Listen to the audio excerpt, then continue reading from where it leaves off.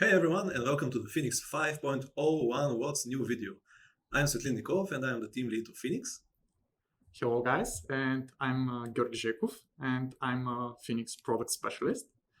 And today we're going to show you what's new in the latest Phoenix update and how you can use the new features inside of Phoenix and the new features inside of V-Ray 6 to get really cool simulations and awesome renders.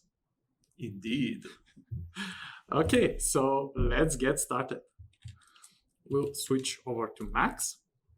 And the first thing that we want to show you is the new phase function that we introduced inside of Phoenix 5. So to show it, I will make a sphere and let's create a large smoke preset.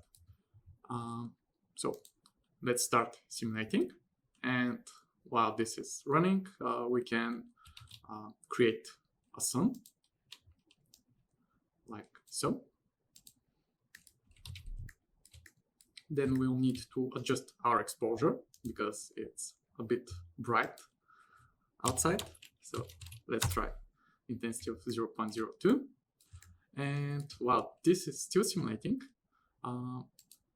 let's select our simulator.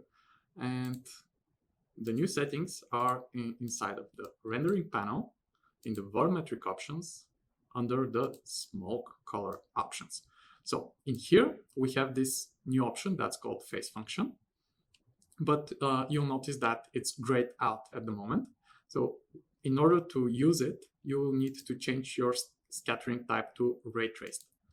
And when you do it, the phase function will unlock and you will be able to adjust it. So what the phase function does is it allows you to control the direction in which the light scatters inside of the volume. And you can do forward scattering, which is positive values. And we'll show how this looks in a second. So let's try 0.6. And positive values will mimic the way light scatters in clouds, for example. And you can use negative values like so. And these will create more solid renders where the light backscatters, and this will mimic effects like dust or heavy smoke. So let's set it actually to 0 so that we can know what is the ground truth, and we already have some frames. So let's increase our color to white, and I think this is pretty good for sim results. So yeah, let's try something like this so that we can see it from the top. And let's do a render. And here's the old way that the scattering worked in Phoenix. Actually, you can see that the render is not quite fast and it will take us some time to iterate. So we can do some things to speed up the rendering. In this case, we're using the progressive rendering mode. And if I go in my volume settings, in here I have the volume light cache enabled. And when this is enabled, it will speed up the rendering with buckets. But for progressive, it makes things slower. So let's disable the volume light cache and try another render.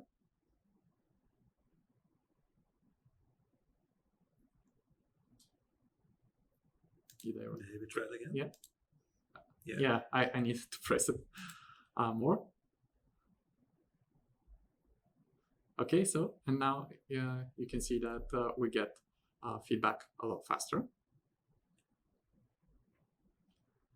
Still, for the purposes of this video, we can probably use half the resolution. So we can click this 50% button in here, the test resolution button inside of the VFB, and you can notice that it's going to render at half resolution.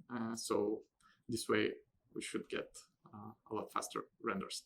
And currently our sun is a bit bright, so I'll add an exposure color correction in here and drag the highlight burn so that we can see the highlights a bit better.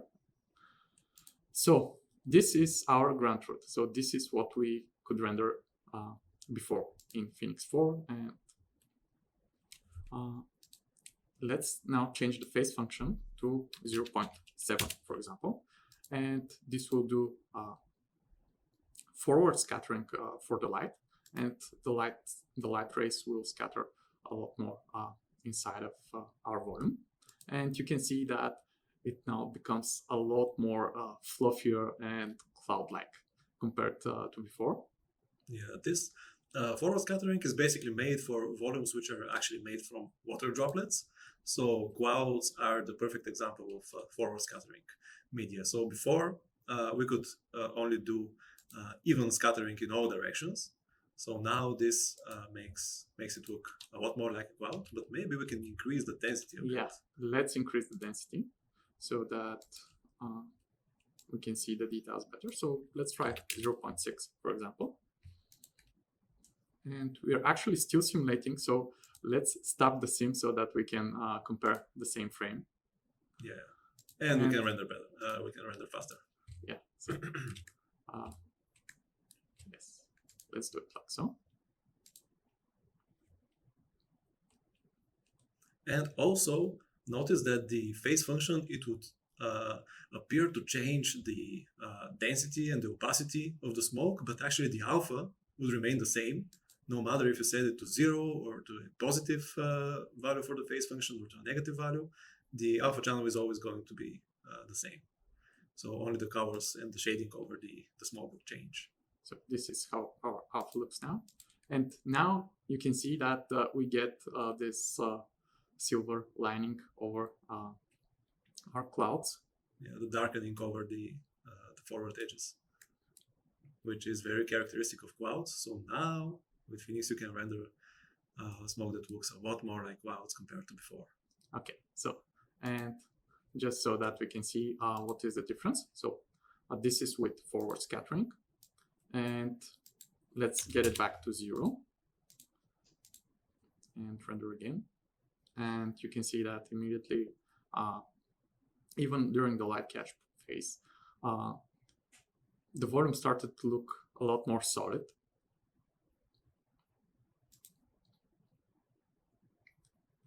And let's give it a few seconds.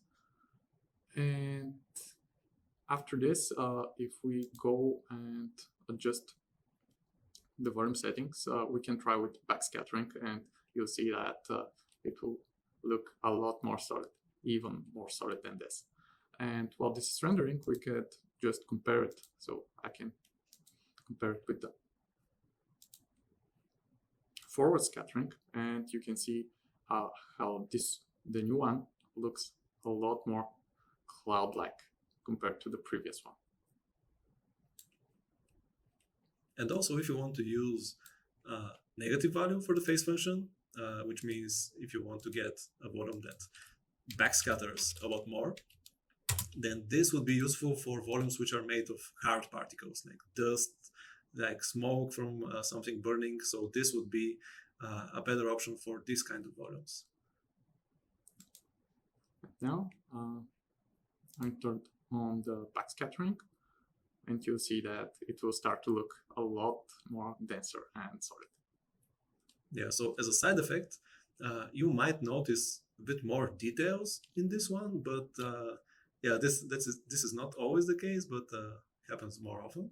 And also, if you look at the sun through the volume, now the volume is going to look a lot darker compared to forward scattering, for example.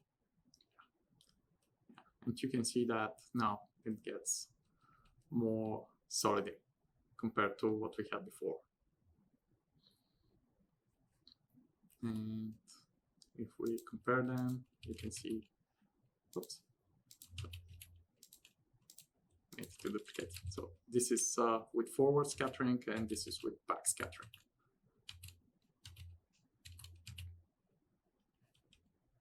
Okay, and actually, so let's get our forward scattering again, and let's do something like this.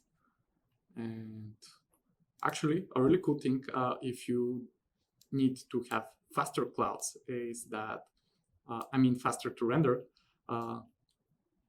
And if you don't need specifically simulations, you can use the new feature inside of V-Ray 6, which is the clouds.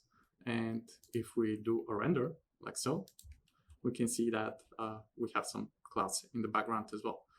And the next thing that I want to show you is that we have implemented some render elements for the volumetric modes of the Phoenix volumes.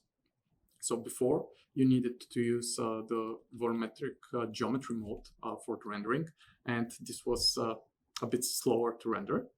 But now we could use the default volumetric rendering mode and get render elements such as Multimatte, Cryptomatte, normals, which is used for relighting, and velocity, which is used for post-motion blur.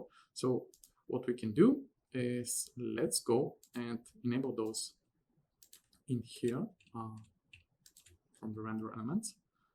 And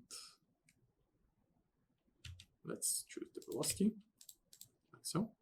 And let's do another quick render.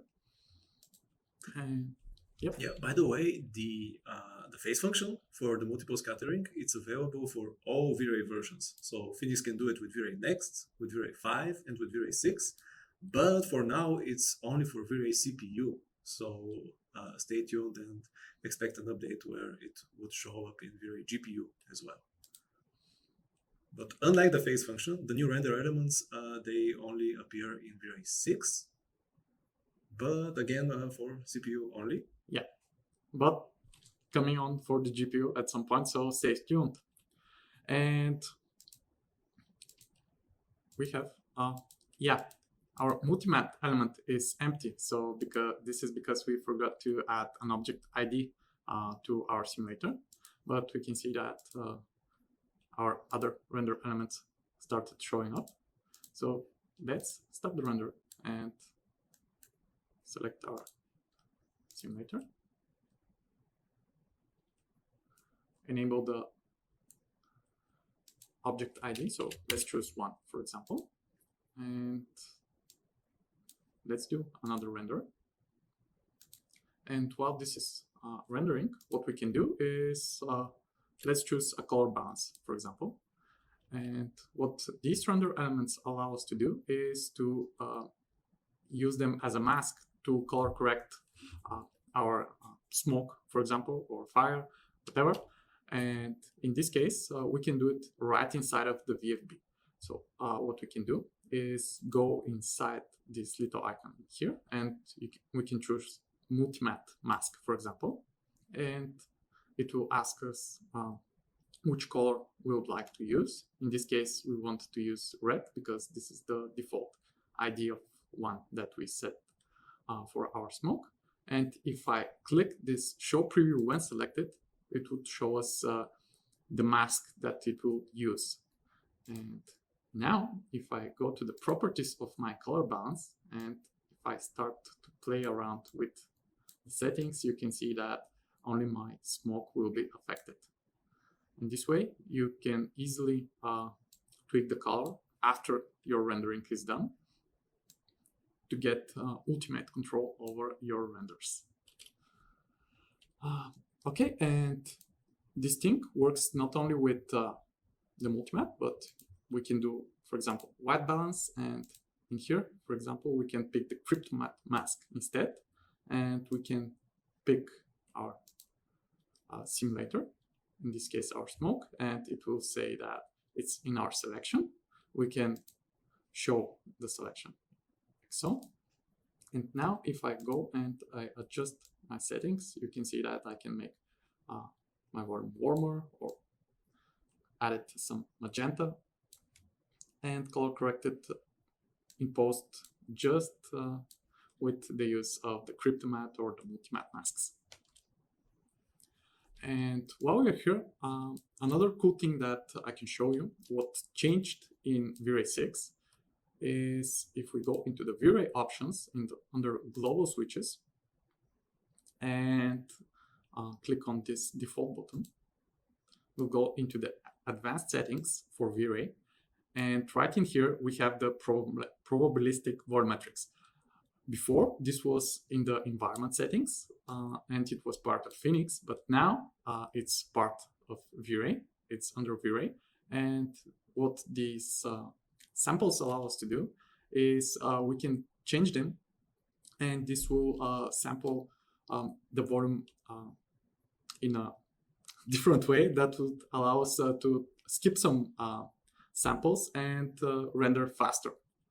So what we can do is, let's try, let's see how much this took.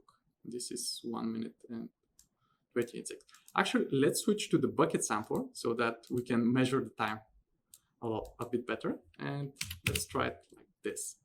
And let's do a render with the default 20 samples. And let's see how this looks. Yeah, and by the way, this is only with Phoenix for V-Ray 6. So you know that Phoenix has different installers for different V-Ray versions. So there is a separate installer for V-Ray 5 and a separate installer for V-Ray Next. So when you are updating your V-Ray from an older version to V-Ray 6, don't forget to also update Phoenix with the correct installer.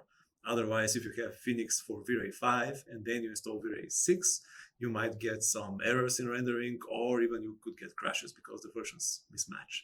So only with Phoenix for V-Ray 6, we have the probabilistic volumetrics options moved from the Phoenix atmosphere to the V-Ray settings. And for the other V-Rays, the options are still in the Phoenix atmosphere.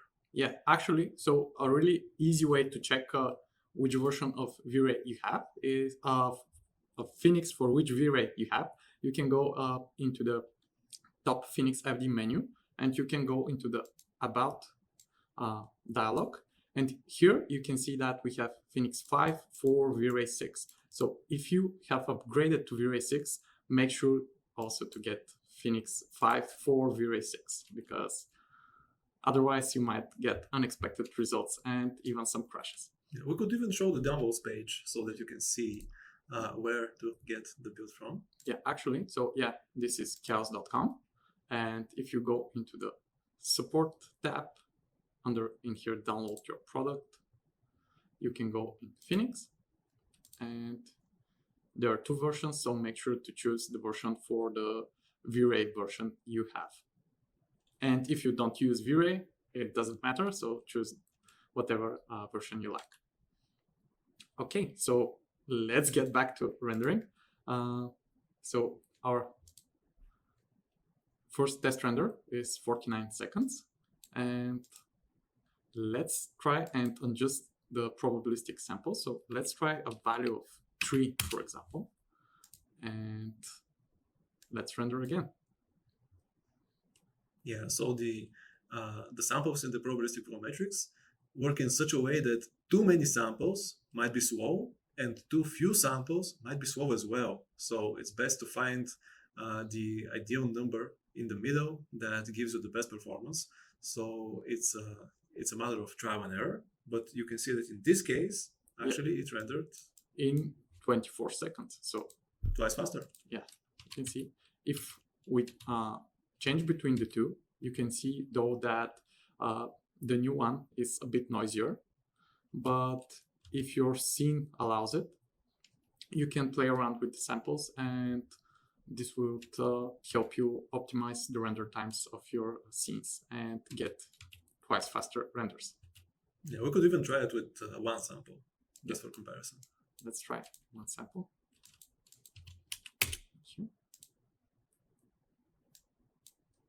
And actually, we can disable the color corrections. Yeah, otherwise they kick in after the V-Ray white cache phase is complete.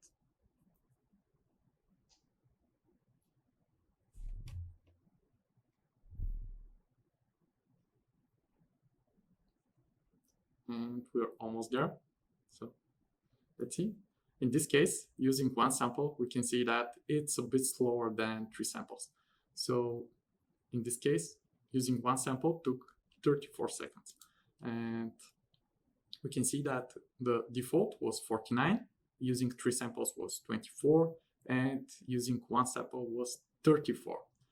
So sometimes using less samples is not optimal. So you need to play around with the settings. Yeah, and it's different for every scene. So it depends on the volume, it depends on the lighting. So it's better to do several renders and find the ideal number of samples, and you can see that it can make a lot of difference to your rendering speed. Okay, so I think we're done with the phase function. So the next thing that we want to show you is some changes that we did for the standalone simulation. So let's actually, we can use this scene. So let's just delete the source and simulation. I'll just delete the caches so that they don't get in the way. And let's start by creating a waterfall preset. And for this one, what we can do is let's disable the foam and splashes for the start of our simulation, and I will decrease the resolution a few times so that it's a bit faster. And let's start our simulation. This way we'll get only liquid particles at the start. And what this seems, what we did for Phoenix 5 update 01, or our hotfix one, is we introduced resimulation in Phoenix Standalone. So now, if we get our base simulation, like so, for the liquid, what we can do after it sims is we can use the resimulation to simulate our foam, splashes, and mist using the Phoenix Standalone, which should provide us with a lot faster simulation compared to the one in Max and in Maya. So I think those frames should be fine. So in order to do a resimulation, what you can do is go into the Resimulation tab and enable the particle resimulation. And actually, nice new feature inside of our latest update is you can see that we have tooltips. So now most of the settings have tooltips. So if you wonder what something does, you can just hover over it and you'll get a tooltip of what it does. Yeah, so now finally all of the simulator options have tooltips. Also we have them for the active bodies, and we have to add them to all the remaining Phoenix nodes as well. And now, if I enable resimulation, you'll notice that it will warn us that we'll have another set of caches for the resimulation, which is great. And now our preview vanished because we don't have resimulation caches yet. And let's go and enable back the foam and the splashes.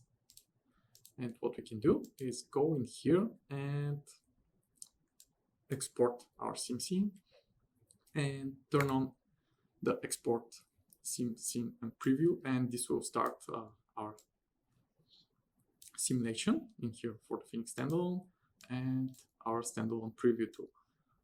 And now you can see that our resimulation is running, and now we're having foam, splashes, and mist added to the original liquid. And now you can see that also this is much faster than the original simulation. So all the frames that had only liquid are basically skipped very quickly, and now the secondary particles are added to the original simulation. Also, something that Phoenix 5.0 could not do was simulate foam and splashes. So now we can do resimulation in the Phoenix Standalone Simulator and do a simulation of foam and splash particles in the Standalone Simulator as well. So basically all of the options of the simulator are now supported, except for time-band resimulation. This should be done pretty quickly. And then after this is done, we can start adding the rest of the Phoenix nodes to the Standalone Simulator as well. Yeah, and actually, a really cool thing that now that we can do is if we go into our render settings, we can see that we still have our render elements. So what we can do is go under each particle shader. So let's choose the foam, go to the properties and give it an ID of 1. Go to the mist shader, give it ID of 2. Go to the splash shader, with ID of 3. And now, if we render this and go into the multimatte element, we can see that we have a mask for each particle group. And what we can do with this is, again, we can create a color balance, for example, and let me see. Let's pick the blue particles, for example. These are our splashes. So let's create a multimatte mask, and let's pick the blue, and we can change the color for these ones. And this is a really nice way to touch up your particles.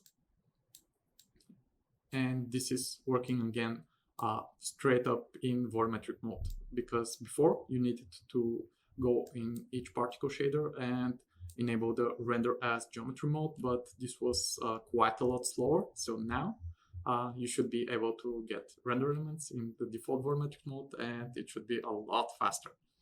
Indeed. And also a bad thing about the geometry mode was that it didn't support the approximate scattering, which is actually the default for the particle shader and the simulator. It always fell back to disable scattering, and this meant that it also produced different results, so it was darker. Yeah, usually. actually, if I go into my splashes, and in here I change the scattering to disabled and render again, you'll notice that it looks way darker. So not that cool. The approximate scattering looks much better.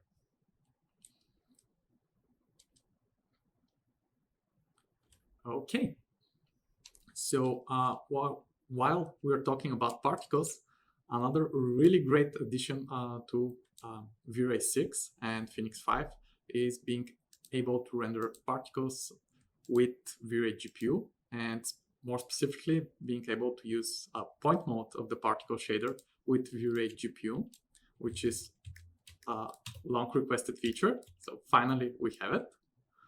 So let's set up a cigarette smoke preset, and let me decrease the resolution a bit so that we have a faster simulation. And for the sims, let me add a dome light, and let's make it invisible so that it doesn't get in the way. And well, the sims, we can go and switch our renderer to V-Ray GPU. So now we can turn on the IPR, and we should be able to see how our simulation progresses. And as you can see, our rendering can't keep up because our simulation is way too fast. So let's stop the simulation. And now you can see how our particles look.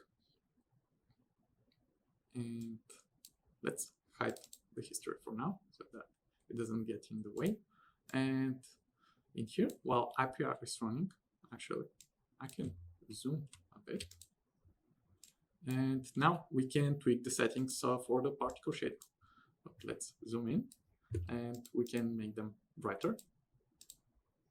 And another thing that we can do is we can change the count multiplier. So this would allow us to reduce the number of particles or increase it. So we get these results.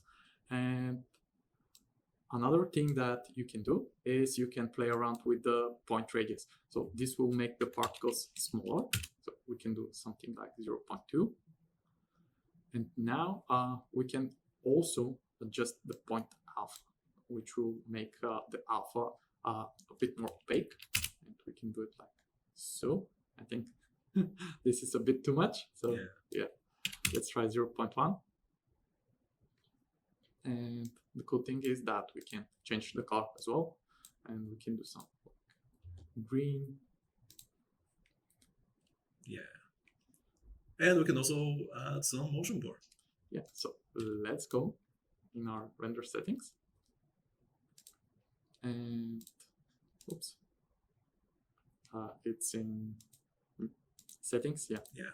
It's in settings, motion blur, and let's try it like so.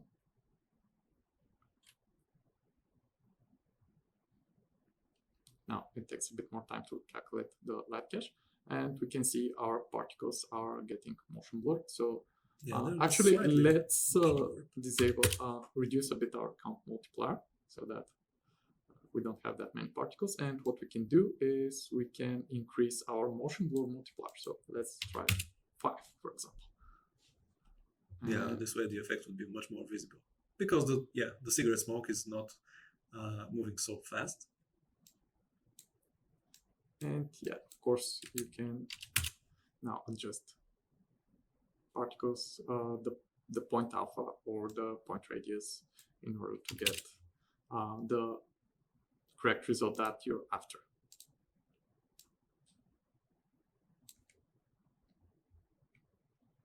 Okay, so hope it is useful, and now you can render points all the way. Yeah, using the power of V-Ray GPU.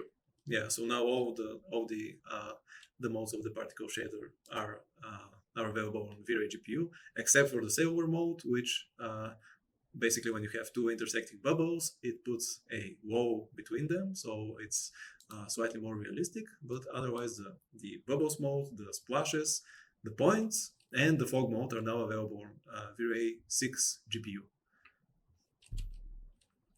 Okay, and what's next? So the next thing that we have added is being able to emit mist from liquid sources. So let's create a new scene, and let me create a sphere like so, and let's create a liquid simulator.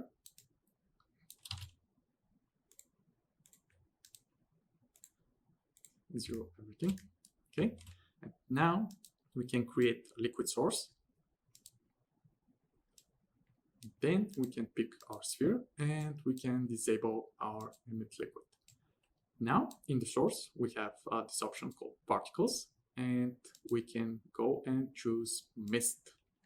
Yeah, and so far we could only create foam and splash particles, and now the final remaining particle type were the mist particles. So where are they? Yeah, now you can see that we started the simulation, but there's nothing in our simulator. So what we need to do is select the simulator, go under the splash and mist rollout, and enable them from here. And it asks us, do we want a particle shader? In this case, we don't, because we won't render anything. And now, if I start my simulation, you can see that our mist particles start emitting. But oh wait. Yeah, here's an interesting effect. So because splash and mist particles turn into liquid by default when they touch the surface of some geometry, or when they touch the surface of the liquid, this is also controlled by the affect liquid option. So by default, this is enabled, and this means that splashes will turn into liquid when they touch some geometry, and liquid would also be reduced when splashes are born. And since this also applies to mist, this means that when the mist particles start touching the emitter geometry, which is solid by default, they would start turning into liquid. And we can zero this. Oops. And now you can see that the liquid stopped, and now we have only mist particles. Yeah, and another way to eliminate this effect is if you make your emitter just non-solid. So, for example, you could go into the Phoenix properties and uncheck solid object, or you could go into the liquid source and select the volume inject or volume brush mode, and this would make it non-solid.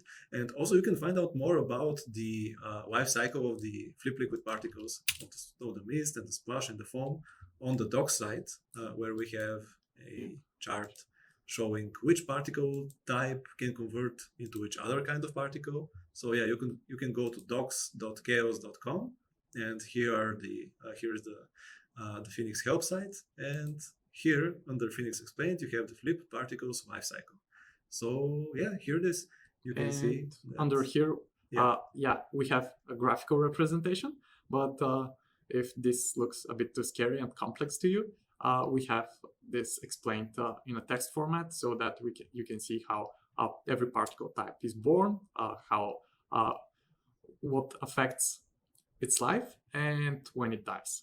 Yeah, so if you're wondering, for example, why your foam particles die, you have all the ways that a foam particle can die described here. So it's either one of those happening, so that you can check your options and figure out what's going on. And yeah, and also on the dock side, you can find the changelogs for the different Phoenix release versions. So for example, since we are currently talking about version 5.01, you can go into the version and changelogs, and in here we have the changelog for our latest version, and you can see all the latest thing that we have added, we have improved, and also we have fixed some bugs as well.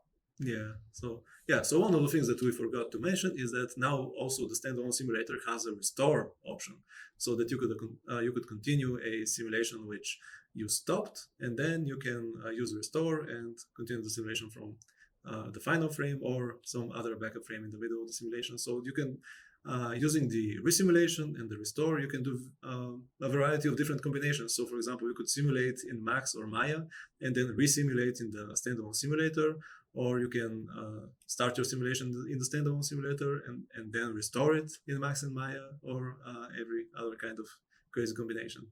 So we mentioned that. We mentioned the mist particles from liquid sources. Velocity normals, Cryptomatte. Again, they are only for V-Ray 6 CPU in volumetric mode. Point mode rendering on V-Ray 6 GPU.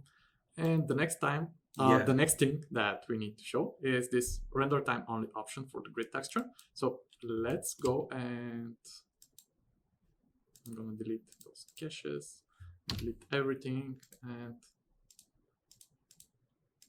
let's create a new sphere like so, and we can apply the paints preset.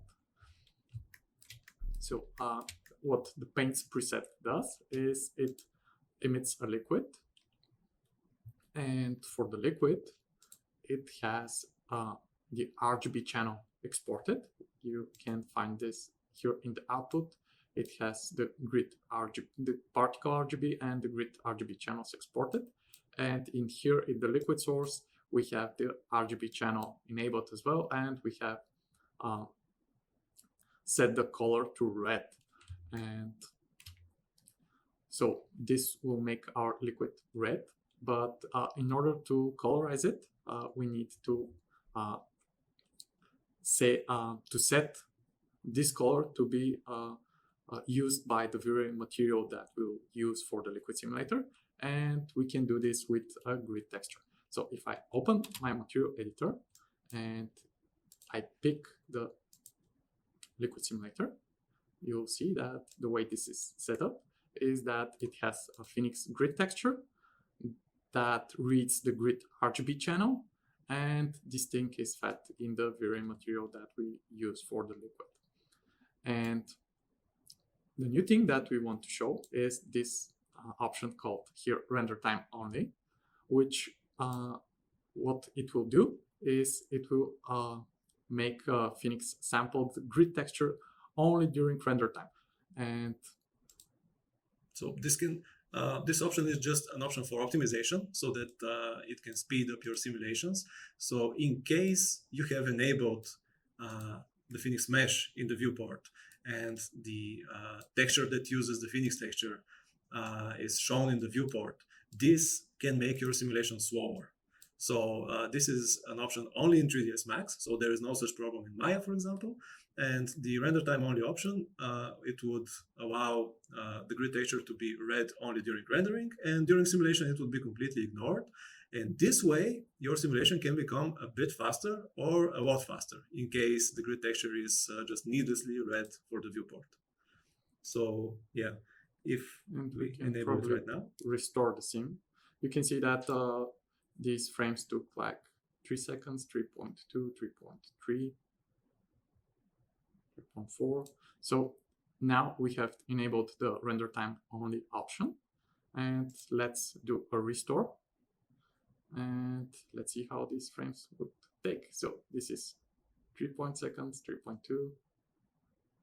Yeah, it's going to be slightly faster. It just depends on the kind of operation that happens to the grid texture. So for some scenes, even scenes that use more than one grid texture, it can be a major optimization. So we've had a scene that was sped up with about 40% just by using this option. So keep it in mind. It could be useful to you. And also the particle texture has it.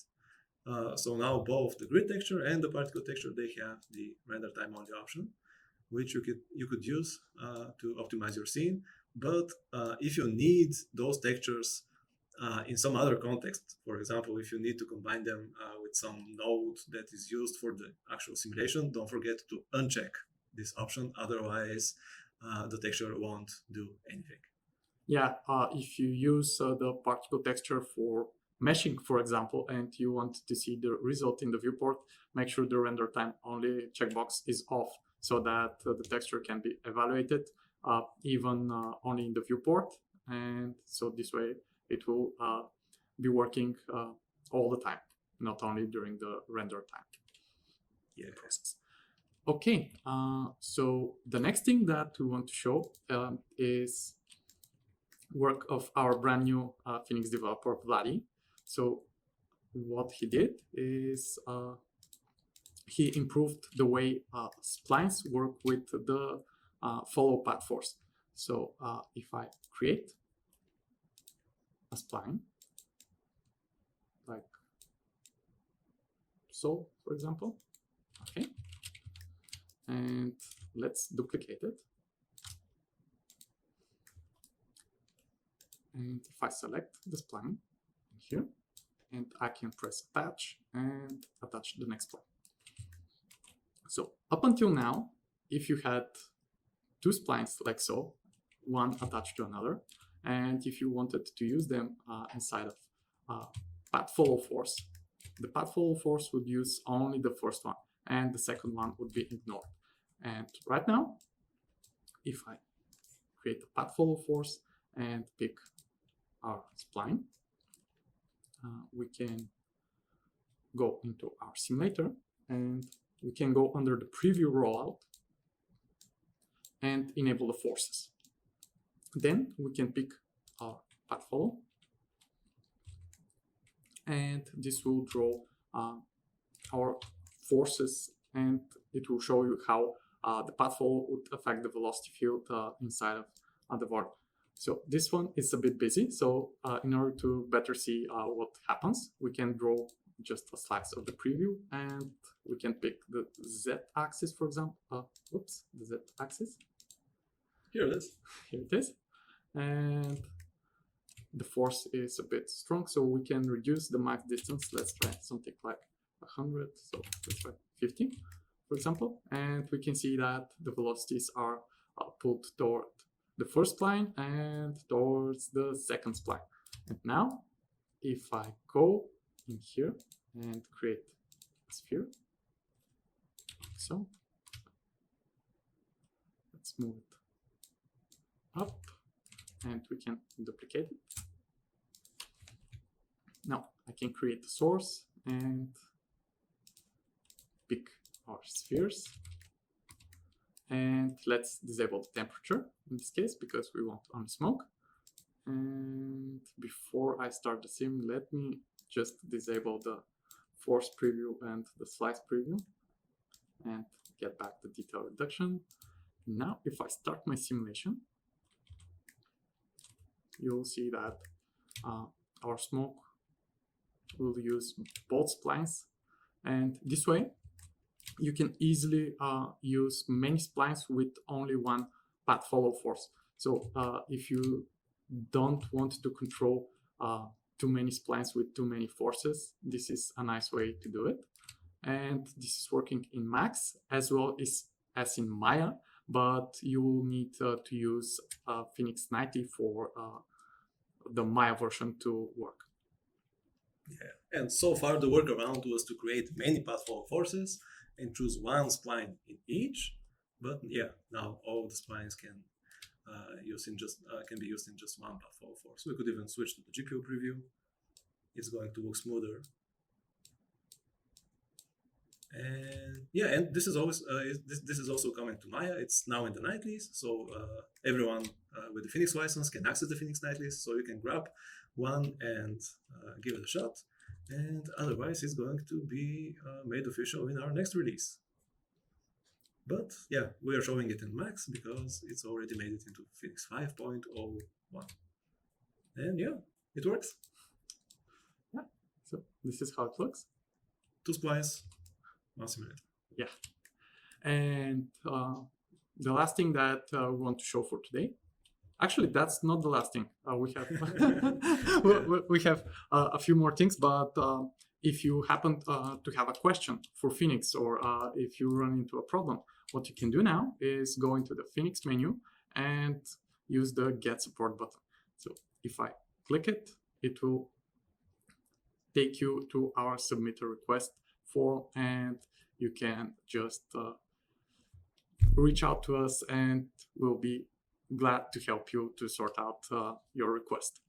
Yeah, you could use this problem for you could use this form for any kind of problems or questions that concern, for example, the actual software or sales, or yeah, anything that you have in mind. So you could choose a different request type, and our colleagues or we would help.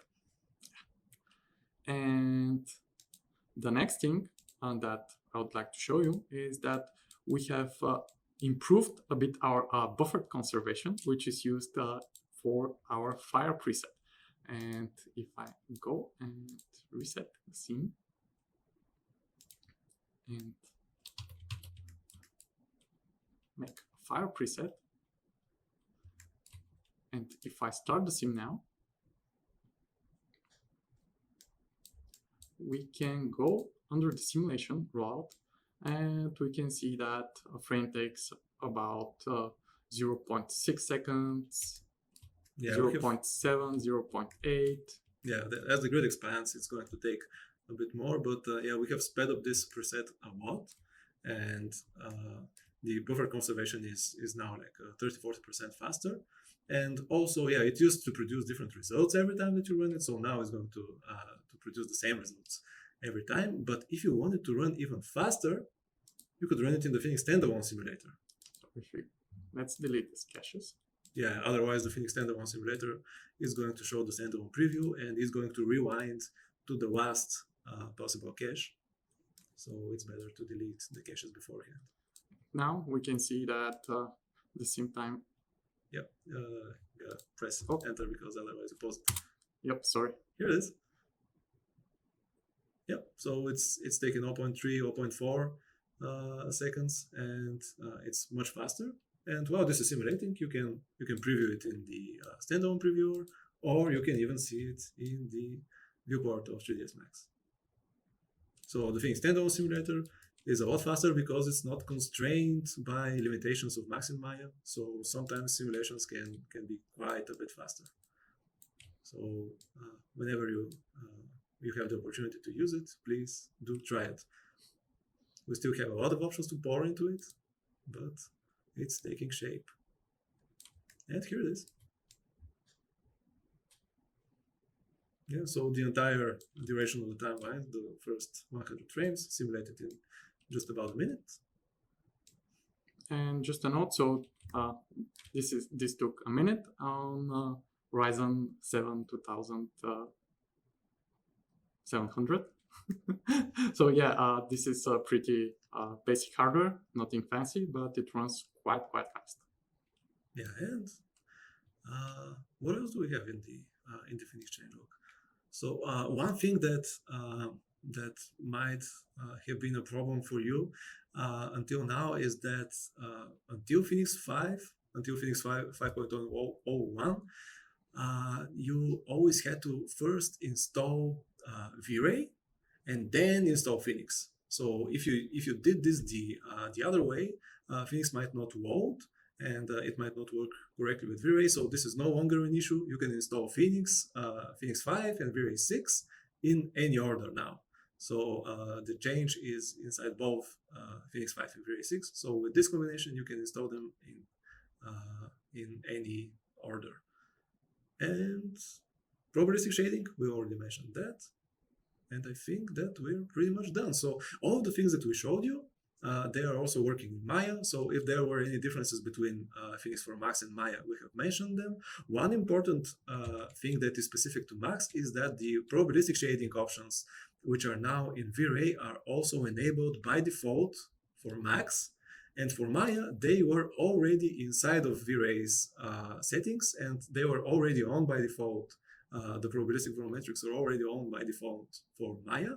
So now the situation is equalized with Maya in 3ds Max as well. So the probabilistic shading, it should generally be faster, especially when you have denser volumes. And in case you have some very, very thin volumes, you could try turning it off, because there it might be a bit slower than the render, than the just regular old school non-probabilistic shading. So this is one case where you might want to try and enter them off and see if there is any speed up in your scene. And I think that we covered everything new in the latest version of Phoenix. Yeah, I think this was all. Our latest update has some pretty nice features, like the phase function, the render element support in volumetric mode, the resimulation for the Phoenix standalone, rendering the particle shader in points mode with V-Ray GPU. Now you can emit mist from sources. You can speed up your simulation using the render time only options for the grid textures. We have multispline support for the path follow force. We have tooltips, and we have many fixes. So I hope this was helpful for you, and wish you happy simming. Hey, simulator. And yeah, don't forget to check the Phoenix nightlies. All of the new stuff and all of the new fixes and all of the new bugs are coming in there as well. So make sure to grab the latest nightlies. Also on the nightly side, we have a zip with the changelog for every day, so you can follow the development progress. And yeah, wish you happy simulating. Bye-bye. Bye guys. Thank you for watching.